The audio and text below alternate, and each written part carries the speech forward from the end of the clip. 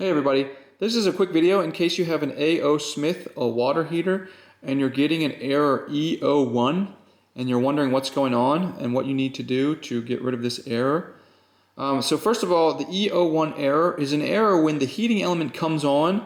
However, the water heater is not full of water. So this is kind of a dangerous situation because the heating element and everything is on without the water to absorb that energy. So it can pretty quickly create an overheating issue and be quite dangerous. So what you want to do if you get this error is you just want to turn everything off right away.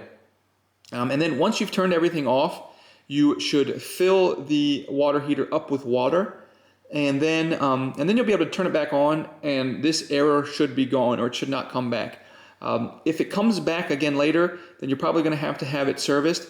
But in the short term, turning it off, filling it up with water, and then turning it back on will get rid of this. We'll get rid of this E01 error and get your water heater working. So anyways, hope this video helped. Thanks a lot for watching. Have a great day.